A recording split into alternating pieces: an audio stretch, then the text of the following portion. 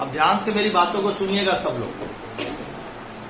अभी तक जितना आप लोग पढ़ लिए हैं, अब जो चैप्टर आप शुरू करने जा रहे हैं, पिछला किसी से इसको कोई लेना देना नहीं। बात समझ गए? मतलब पीछे जो आप पढ़े हैं उससे इसका किसी तरह का कोई संबंध नहीं है। तो कोई बच्चा ही कहे कि भाई हम पीछे नहीं पढ़े, नहीं समझ में आया, आगे पढ़े हैं समझ में नहीं आया, तो ये सब बेकार की बातें, इन सबको दिमाग से निकाल दीजिए। ये जो चैप्टर ऐसा चैप्टर है कि अगर सीख गए, ठीक है ना, इसका कुछ चीज बहुत आसान है और कुछ चीज इसका बहुत मुश्किल है, ठीक है ना। तो अगर ये चीज सीख गए आप तो 100 में 100 नंबर। अब आप कहें कि आता नहीं है, आता है, और सब जगह का गारंटी तो हम नहीं लेंगे, लेकिन अपने क्वेश्चन से आता है। तो इसको जो है बात को समझिएगा, इसमें थ्योरी का बहुत बड़ा रोल है। थ्योरी आपकी जितनी अच्छी होगी उतना ही ज्यादा ये चैप्टर आपको खूब अच्छे तरीके से समझ में आएगा। सबसे पहले बात करते हैं कि बच्चों शेयर क्या होता है। चलिए सबसे पहले आपको बात करवा रहा है कंपनी के बारे में कह रहा है जानने के लिए। ये कंपनी हम कहते हैं किसको है? देखिए, प्राइवेट इंटरप्राइज जो होता है, प्राइवेट इंटरप्राइज समझ रहे हैं ना, जिसको हम और आप चलाते हैं, जिसको कौन चलाता है? तो ये 5 तरीके का होता है। कितने तरीके का होता है? पहला जो तरीका होता है वो होता है एकल स्वामित्व व्यवसाय। क्या होता है? दूसरा क्या होता है? दूसरा होता है हिंदू अविभाजित परिवार। क्या होता है? तीसरा जो होता है वो होता है साझेदारी। दूसरा क्या होता है? चौथा होता है कोऑपरेटिव सोसाइटी। क्या होता है? और पांचवा क्या होता है? Joint stock company. अब बच्चों इसी कंपनी के बारे में हमसे बात कर रहा है कि ये कंपनी होता क्या है, ठीक है। तो सबसे पहले बात समझिएगा, संयुक्त पूंजी कंपनी जो है ना, संयुक्त पूंजी कंपनी जब बनाई जाती है तो किसके लिए बनाई जाती है? लाभ के लिए। किसके लिए बनाई जाती है?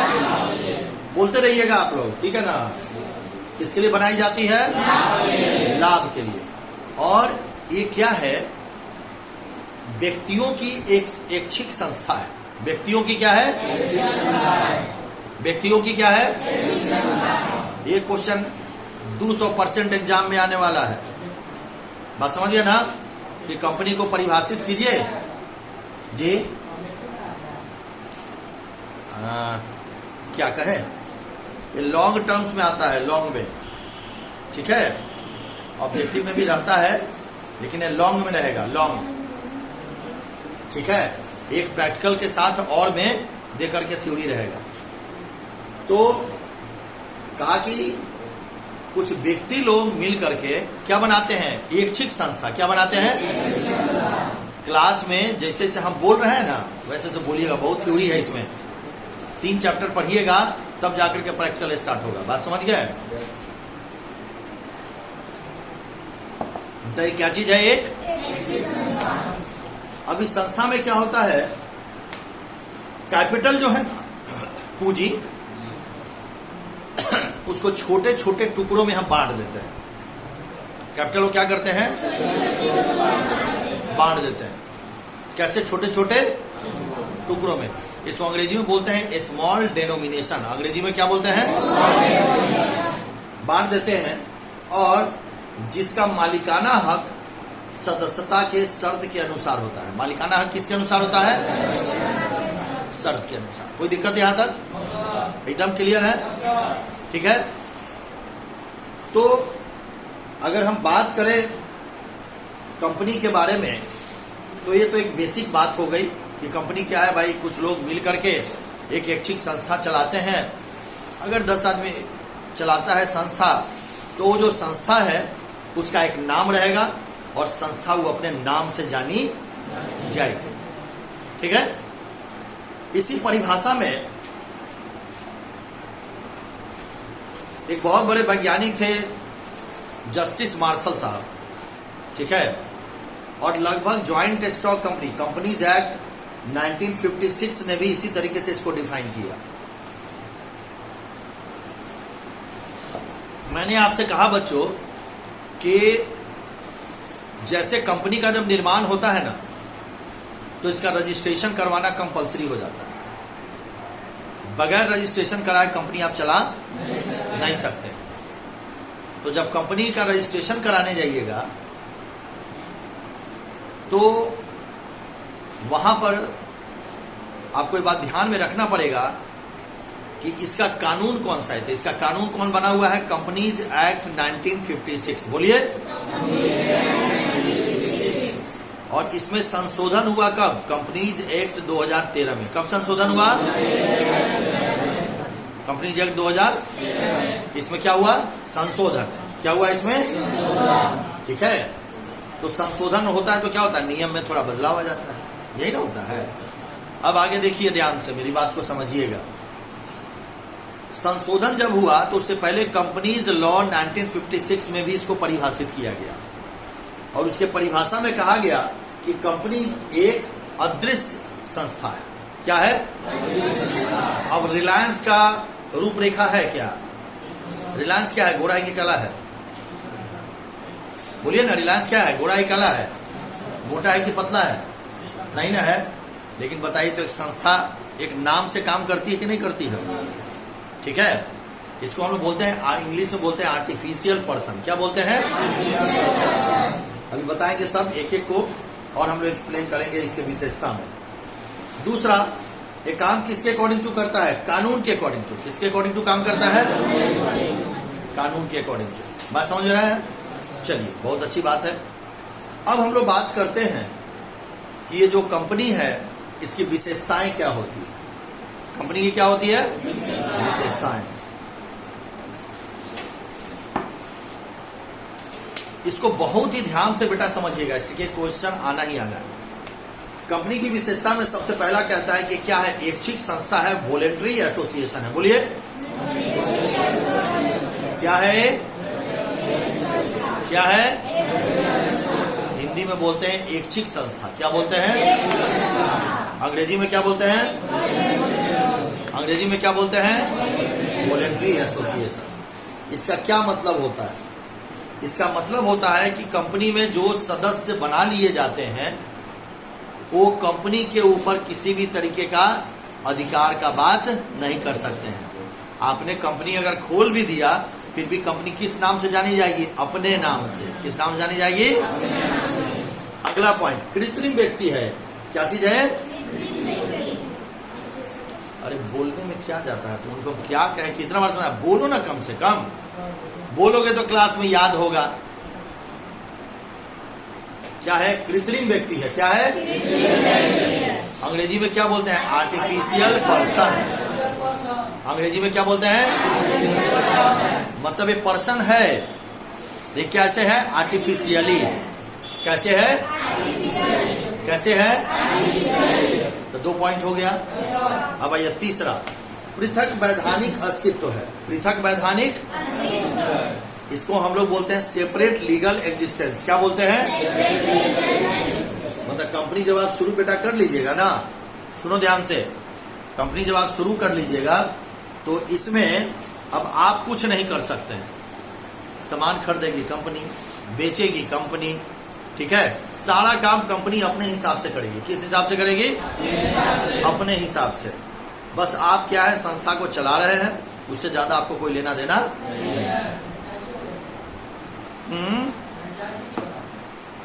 फ्रेंचाइजी अलग चीज होता है, जॉइंट स्टॉक कंपनी अलग चीज होता है।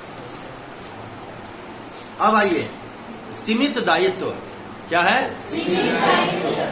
जिस व्यक्ति के पास जितने का शेयर होगा, जिस व्यक्ति के पास वो व्यक्ति उतने ही का मालिक होगा। वो व्यक्ति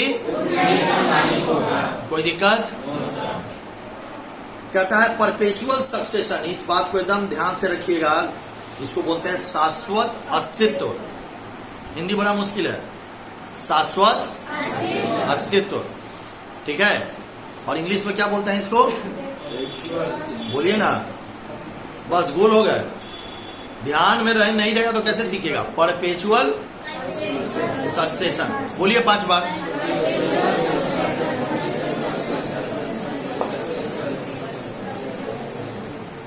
परपेचुअल।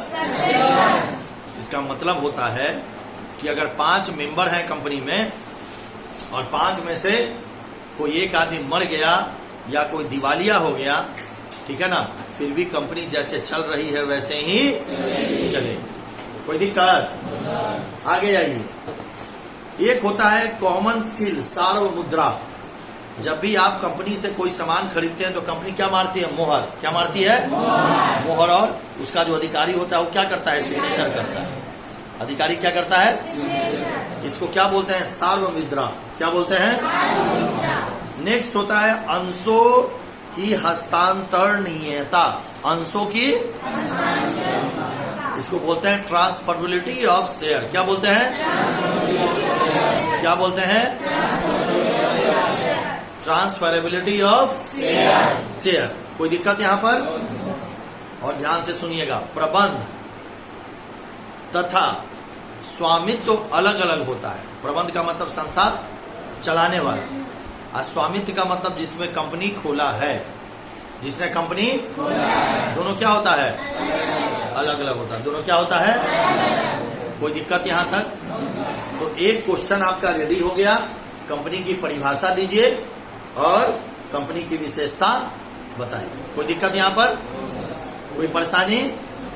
चलिए अब आगे देखते हैं हम लोग। अब जो टॉपिक हमारा है वो है कंपनी की प्रकृति, नेचर ऑफ कंपनी। ठीक है? नेचर में क्या कहता है? वही सारी बात, विशेषता की जितनी सारी बातें हैं, अगर एग्जाम में पूछ दिया नेचर तो विशेषता की सारी बातों को उसमें डाल देना है। विशेषता की सारी बातों को डाल देना है। ठीक है? आगे आइए। देखिए इस चैप्टर में आपको 3 क्वेश्चन बनता है। कितना क्वेश्चन बनता है? 3 क्वेश्चन बनता है। और इस 3 क्वेश्चन में से एक क्वेश्चन आना ही आना है, थ्योरी का। बात समझ रहे हैं? तो एक क्वेश्चन हो गया, कंपनी का परिभाषा दीजिए और उसकी क्या कीजिए? विशेषता बताइए। अब आइए, दूसरा होता है कंपनी के प्रकार। दूसरा क्या होता है? कंपनी बेसिकली 3 तरह की होती है। कंपनी कितने तरह की होती है? ठीक है, ध्यान दीजिएगा। टाइप्स ऑफ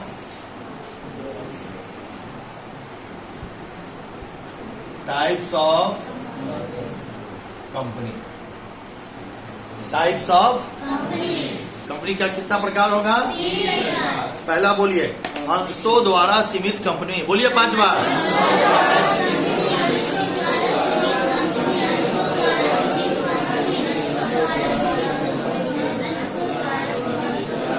दूसरा बोलिए, गारंटी द्वारा सीमित कंपनी।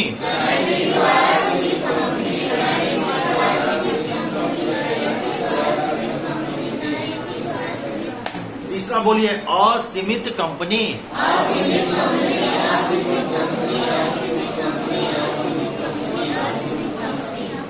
अब आइए इसको अंग्रेजी बोलते हैं, company limited by shares.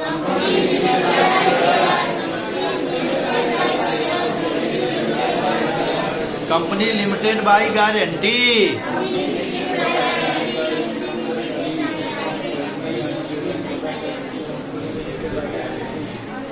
Unlimited company.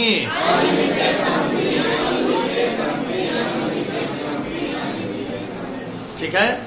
अब आइए बोलिए, कंपनी लिमिटेड बाय शेयर्स। 3 तरीके का होता है। कंपनी लिमिटेड बाय शेयर्स 3 तरीके का होता है। पहला, प्राइवेट कंपनी, निजी कंपनी, पब्लिक कंपनी, सार्वजनिक कंपनी और एक व्यक्ति कंपनी, 1 पर्सन कंपनी। चलिए रिपीट करते हैं। कंपनी कितने तरीके का हुआ? Company limited by shares, company limited by guarantee, unlimited company. Company limited by share कितने तरीके का हुआ? पहला क्या हुआ? पहला हुआ प्राइवेट कंपनी। पहला क्या हुआ? दूसरा क्या हुआ? और तीसरा क्या हुआ? कोई दिक्कत? याद हो गया ना? खूब अच्छा से डायग्राम बना दीजिएगा, ठीक है। Company limited by shares, company limited by guarantee और अनलिमिटेड कंपनी। अंग्रेजी में लिख दीजिएगा तो मजा आ जाएगा, ठीक है। अंग्रेजी में लिख दिया तो मजा आ जाएगा। और कंपनी लिमिटेड बाय शेयर जो है वो कितने तरीके का होगा? प्राइवेट कंपनी, पब्लिक कंपनी और वन पर्सन कंपनी। बात आया समझ में? अब आइए आगे बात करते हैं। सबसे पहला आया कंपनी लिमिटेड बाय शेयर्स। पहला क्या आ गया? बस एक लाइन बेटा बात ध्यान में रखिए। देखो आगे पढ़ेंगे हम लोग। कंपनी का जब आप रजिस्ट्रेशन करवाने जाते हैं ना, तो आपको 3 तरीके का डॉक्यूमेंट बनाना होता है। क्या बनाना होता है? डॉक्यूमेंट का मतलब होता है सरकार आपसे कोई पेपर लेगी ना, तो 3 तरीके का पेपर होता है, जिसमें पहला होता है प्रोस्पेक्टस। पहला क्या होता है? अभी आगे पढ़ना है हम लोग को। दूसरा होता है आर्टिकल ऑफ एसोसिएशन। क्या होता है? और तीसरा होता है मेमोरेंडम ऑफ एसोसिएशन। तीसरा क्या होता है? और इसी तीनों चीजों को ध्यान में रखिएगा बात को। इसी तीनों बातों को हम लोग को क्या करना है, ठीक है ना? अरे सो रहा है नालायक कहीं का। क्या किया है रात में? हम सोने गए 2 बजे रात में। हम कल घर में आए हैं रात को 1 बजे के आसपास। मजाक नहीं बोल रहे हैं, सच बोल रहे हैं। 1 बजे रात में। चलो सुनो, सुनो सब। सबसे पहले हुआ अंशों द्वारा सीमित कंपनी। पहला क्या हुआ? Company limited by shares. इसमें कहता है, मैंने कहा कि 3 तरीके का पेपर बनाया जाए। जोरों से बोलो। 3 तरीके का पेपर बनाया जाता है। क्या? बोलो। Prospectus, memorandum of association, article of association. तुम खड़ा हो, जरा खड़ा हो। तुम भी खड़ा। हाँ खड़ा रहो क्लास में। तुम भी खड़ा हो, खड़ा रहो। सब दिन भाग जाएगा अभी थोड़ा। नजरें बहुत तेज है मेरी, ठीक है। चलो फिर से बोलो। Prospectus, prospectus, article of association, memorandum of association. इसके बारे में आगे अभी हम लोग को पढ़ना है, लेकिन मुझे इसकी जरूरत है अभी आपको एक बात समझाने की।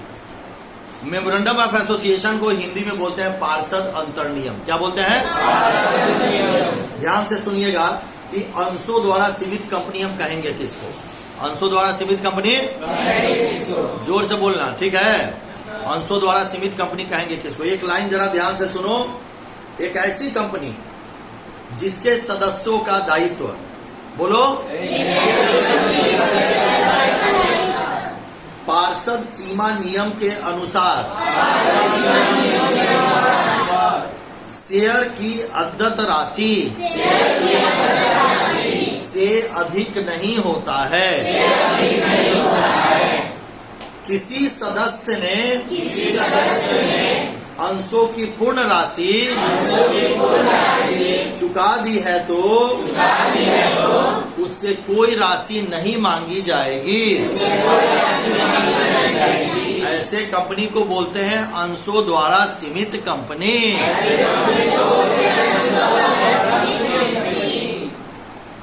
तुम क्यों नहीं बोल रहा है? नहीं बोल रहा है तुम?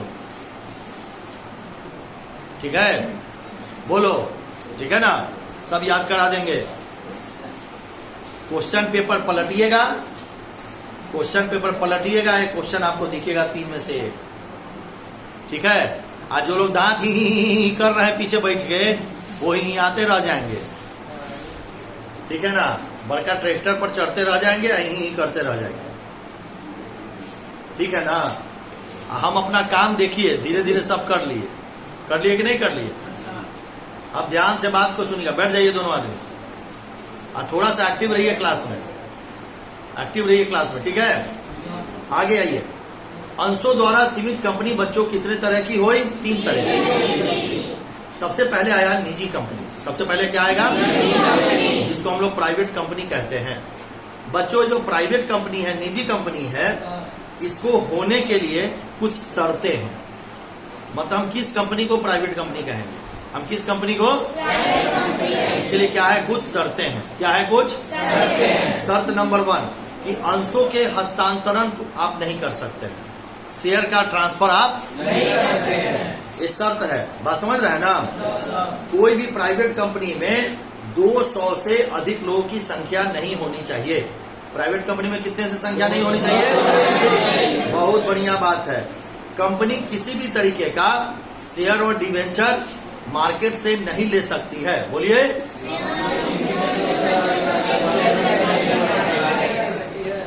और कम से कम 2 व्यक्ति और ज्यादा से ज्यादा कितने व्यक्ति होंगे? 200। कितने होंगे? अब आप कहिएगा सर ऑब्जेक्टिव, इसमें से 2 ऑब्जेक्टिव आपको रहेगा, 200 वाला रहेगा। कौन सा वाला रहेगा? तो कम से कम या 2 या 2 से अधिक व्यक्ति क्या होगा? मैक्सिमम कितना होगा? मैक्सिमम कितना होगा? भेजा में बात गया। हाँ, बहुत बढ़िया बात। और जो भी प्राइवेट कंपनी होगा, उस कंपनी के पीछे क्या होता है? कंपनी के पीछे लिखा रहता है प्राइवेट लिमिटेड। क्या लिखा रहता है? ये भी एक क्वेश्चन में पूछता है। क्या लिखा रहता है? क्या लिखा रहता है? बात समझ में आया? अब आइए, अब अगला कहता है पब्लिक कंपनी। अगला क्या कहता है? जो बेटा प्राइवेट नहीं है वो सब क्या है? जो प्राइवेट नहीं है वो सब क्या है? जो प्राइवेट नहीं है सब क्या है? पब्लिक जो कंपनी होता है बेटा, ठीक है ना, इसमें 2 तरह की कंपनी एक होती है। इसको जान लीजिए, जरूरी उतना नहीं है लेकिन जान लीजिए। एक होता है लिस्टेड कंपनी। क्या होता है? Listed company. क्या होता है? Listed company. और एक होता है अनलिस्टेड कंपनी। ये क्या होता है? Unlisted company. लिस्टेड को हिंदी में बोलते हैं सूचीबद्ध। क्या बोलते हैं? सूचीबद्ध। और अनलिस्टेड को बोलते हैं असूचीबद्ध। अनलिस्टेड को क्या बोलते हैं? कोई दिक्कत यहाँ तक? सूचीबद्ध कंपनी वो होती है जिसका जो शेयर होता है वो स्टॉक एक्सचेंज से मान्यता प्राप्त होता है। शेयर क्या है? शेयर जो हम पढ़ेंगे आगे वो क्या है? एक तरीके का पेपर है जो कंपनी मुंबई में बैठी हुई है, ऑस्ट्रेलिया में बैठी हुई है, इंग्लैंड में बैठी हुई है, और उसमें आप यहाँ बैठे बैठे क्या कर सकते हैं? पैसा लगा सकते हैं। ठीक है, आपको कुछ नहीं करना है, और वहां कंपनी को जब लाभ होगा तो उसका हिस्सा डिविडेंड के रूप में आपको मिलता चला जाएगा। बात समझ रहे हैं ना? तो वही शेयर है। अभी आगे बात करेंगे। तो कंपनी के बारे में बात कर रहे हैं, पहला चैप्टर है, इसके बाद बात करेंगे फिर शेयर के बारे में। तो सूचीबद्ध का मतलब हुआ कि उस कंपनी का जो स्टॉक एक्सचेंज में नामांकित होगा और वो रजिस्टर्ड होगा। किसके थ्रू? Stock exchange. जैसे आप जाइएगा, हमको पैसा लगाना है, हमको क्या करना है? पैसा लगाना है। अब कहाँ हम पैसा लगाए? हम चाहते हैं जो लिस्टेड कंपनी है उसमें पैसा लगाए। तो आप जाइए, देखिए स्टॉक एक्सचेंज में, देखिए स्टॉक एक्सचेंज में कंपनी जो है उसमें धोखाधड़ी बहुत कम होती है। धोखाधड़ी बहुत कम होती है। बात समझ में आया? धोखाधड़ी बहुत कम होती है स्टॉक एक्सचेंज वाली कंपनी में। ठीक है ना? तो एक ऐसी कंपनी जिसका शेयर नामांकित हो, जिसका शेयर नाम सूचीबद्ध हो, और असूचीबद्ध का मतलब क्या होता है? जिसका शेयर डिवेंचर किसी भी स्टॉक एक्सचेंज से संबंध नहीं रखता। किसी भी स्टॉक एक्सचेंज से संबंध नहीं रखता। कोई दिक्कत यहाँ पर? आगे बढ़े। एक होता है एक व्यक्ति कंपनी। क्या होता है? एक व्यक्ति कंपनी को हम लोग ओपीसी भी बोलते हैं। क्या बोलते हैं? One person company. क्या बोलते हैं? One person company. बच्चों, वन पर्सन कंपनी के बारे में वैसे इसका गठन तो 2008 में लोग किए थे, ठीक है ना, लेकिन बेसिकली इसको हम लोग 2013 में इसका लॉ बन गया। कब लॉ बन गया? 2013 में। और सेक्शन था 12(3). सेक्शन क्या था? 12 नहीं, 12(3). सेक्शन क्या था? सेक्शन 12 के 3 में ठीक है ना, इसके बारे में दिया गया था। सवाल उठता है अगर आपसे ओबीसी के बारे में पूछा जाए कि 1% कंपनी क्या होता तो आप क्या कहिएगा? बच्चों 1% कंपनी का मतलब होता है एक ऐसी कंपनी, ध्यान से बात को सुनिएगा, एक ऐसी कंपनी जिसका पूंजी अधिकतम पूंजी, जिसका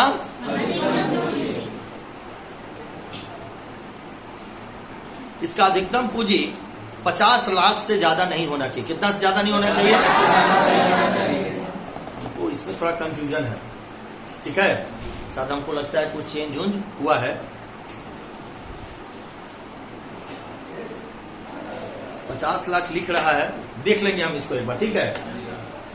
हम आपके बुक के अकॉर्डिंग टू आपको बता दे रहे हैं, ठीक है। इसका अधिकतम पूंजी कितना होना चाहिए? याद रहेगा ना? अब कहिएगा सर ऑब्जेक्टिव नहीं घटवाइएगा, तो देखिए ये ऑब्जेक्टिव क्वेश्चन है। क्या है? ओपीसी का चुकता पूंजी कितना होगा? पेड अप कैपिटल कितना होगा? कितना होगा पेड अप कैपिटल? पेड पे ना, चुकता पूंजी का अंग्रेजी हुआ पेड अप। बाप रे,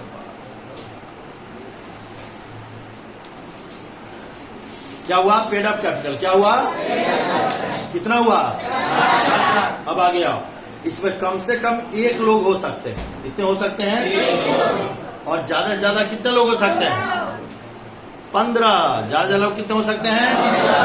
15। बात समझ में आया? और ये वही व्यक्ति कंपनी चला सकता है जो व्यक्ति भारत का नागरिक हो।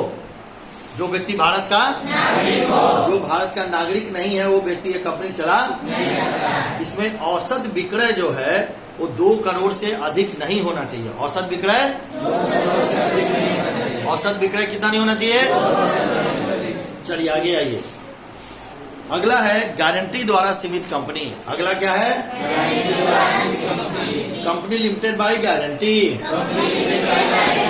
इसमें कहता है कि सदस्यों का दायित्व उसके पार्षद सीमा नियम के अधीन ऐसी राशि तक सीमित है जितनी कि उसके सदस्यों ने पार्षद सीमा नियम में कंपनी का समापन होने पर कंपनी की संपत्ति में योगदान करना स्वीकार कर लिया है। फिर से सुनिए, गारंटी द्वारा सीमित कंपनी। मान लीजिए, ध्यान से सुनिएगा, मान लीजिए एक कंपनी है, ठीक है, मान लीजिए इसमें मेंबर हैं ABC। पेपर बना, पार्षद सीमा नियम मेमोरेंडम ऑफ एसोसिएशन बन गया। इसमें आपने कहा कि अगर कंपनी बंद होती है तो हम लोग कंपनी में 50-50 लाख रुपया हम लोग बंद होने के समय अगर एसेट्स घटेगा तो देंगे। अगर ये चीज इसमें लिख दिया गया तो ये कंपनी कौन सी कंपनी हो गई? गारंटी द्वारा सीमित कंपनी। कौन सी कंपनी हो गई? बात बुझा रहा है? तीसरा हुआ असीमित कंपनी। तीसरा क्या हुआ? असीमित का मतलब हो गया सबका अधिकार क्या है? अनलिमिटेड है। सबका अधिकार क्या है? कोई उपाय आपके पास नहीं है। सबका अधिकार क्या है? अनलिमिटेड है एकदम। कोई दिक्कत है यहाँ पर? नहीं ना। चलिए अब आगे बढ़िए बच्चों। 2 क्वेश्चन आपका रेडी हो गया। कंपनी को परिभाषित करें और विशेषताएं बताएं। और दूसरा क्वेश्चन क्या था? कंपनी के प्रकार। अब बच्चों जो तीसरा क्वेश्चन हम लोग पढ़ने जा रहे हैं, ठीक है, क्लासिफिकेशन ऑफ कंपनी। कंपनी का वर्गीकरण किसका पढ़ने जा रहे हैं? ध्यान से एकदम सुनते जाइएगा, बात समझ गए ना। सबसे पहला कहता है सरकारी कंपनी। सबसे पहला क्या कहता है? यहाँ बोर्ड पर देखिएगा, किसी कंपनी का शेयर जो होता है क्या होता है? 100 रुपए के बराबर होता है। किसके बराबर होता है? इसको 100% बोलते हैं। क्या बोलते हैं? इसमें अगर सरकार के पास 51% या इससे ज्यादा का शेयर हो, सरकार के पास क्या हो? ज्यादा का शेयर हो, मतलब 49% नहीं, 49% अगर 51% हो या 51% से लेकर 99% तक का अगर उसके पास शेयर है तो क्या कहलाएगा? सरकारी कंपनी। क्या कहलाएगा? और जो सरकारी नहीं है वो क्या है? गैर सरकारी। जो सरकारी नहीं हो क्या है? आगे आइए, भारतीय कंपनी जिसका निर्माण, जिसकी शुरुआत कहाँ हुई हो? भारत में। विदेशी कंपनी जिसका शुरुआत कहाँ हुआ हो? विदेश में।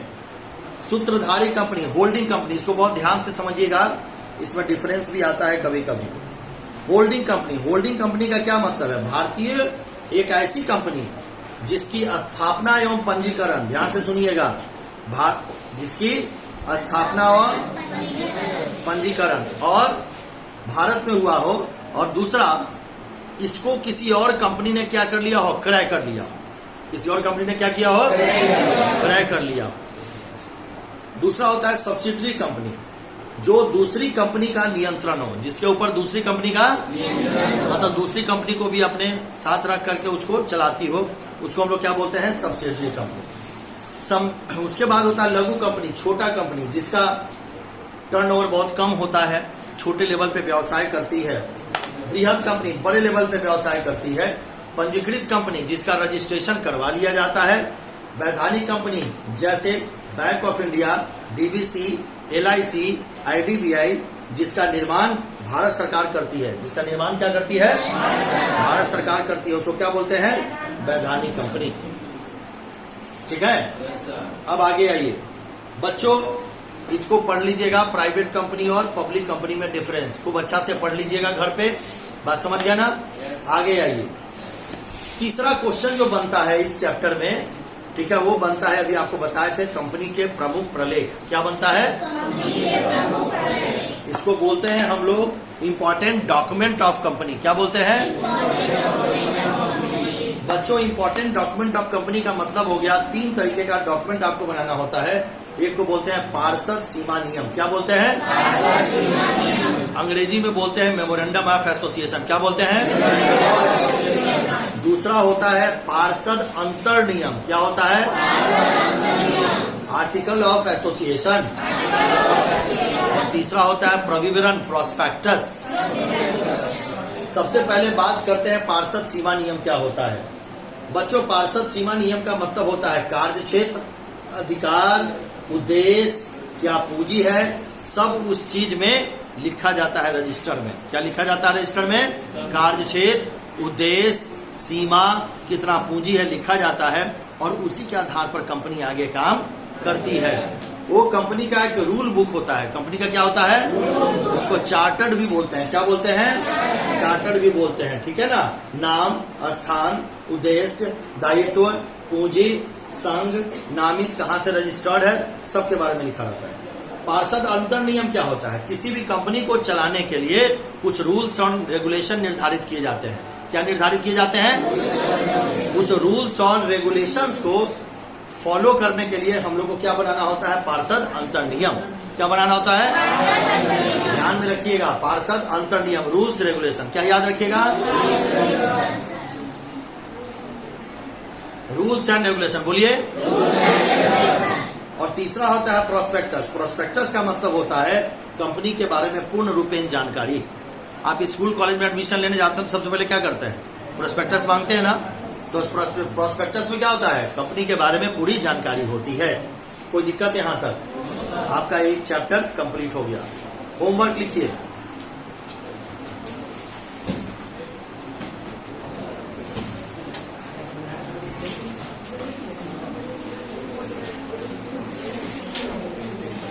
अति लघु तरीय पूरा बना के लाना है। अति लघु तरीय पूरा बना के लाना है। ठीक लगा लीजिए। वस्तुनिष्ठ प्रश्न पूरा बना के लाना है और याद करके लाना है। ट्रू एंड फॉल्स पूरा बना के लाना है, याद करके लाना है। बात समझ में आ गया? अब फुल फ्लेज्ड में सुनो, फुल फ्लेज्ड में पहला क्वेश्चन लिखो जो तुमको अपने तरीके से कम 2.5 पेज में लिख के लाना है। लिखो, कंपनी की परिभाषा दें। लिखो लिखो, वो क्या देखता है? कंपनी की परिभाषा दें तथा इसकी विशेषताएं बताएं।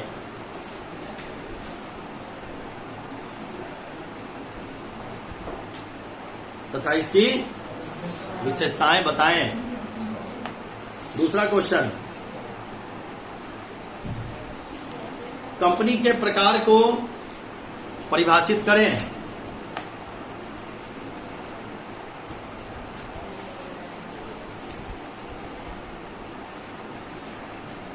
परिभाषित कंपनी का वर्गीकरण करें।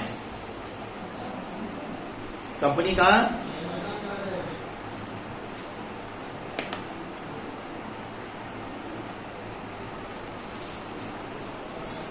निजी कंपनी सार्वजनिक कंपनी में अंतर स्पष्ट करें। निजी कंपनी और सार्वजनिक कंपनी में अंतर स्पष्ट करें। और नेक्स्ट, कंपनी के 3 प्रलेखों का वर्णन करें। कंपनी के 3 प्रलेखों का वर्णन करें। बात समझ में आया? 3 प्रलेखों का वर्णन करें। इसको प्रलेखों को इंग्लिश में बोलते हैं हम लोग, क्या बोलते हैं? डॉक्यूमेंट। क्या बोलते हैं? डॉक्यूमेंट।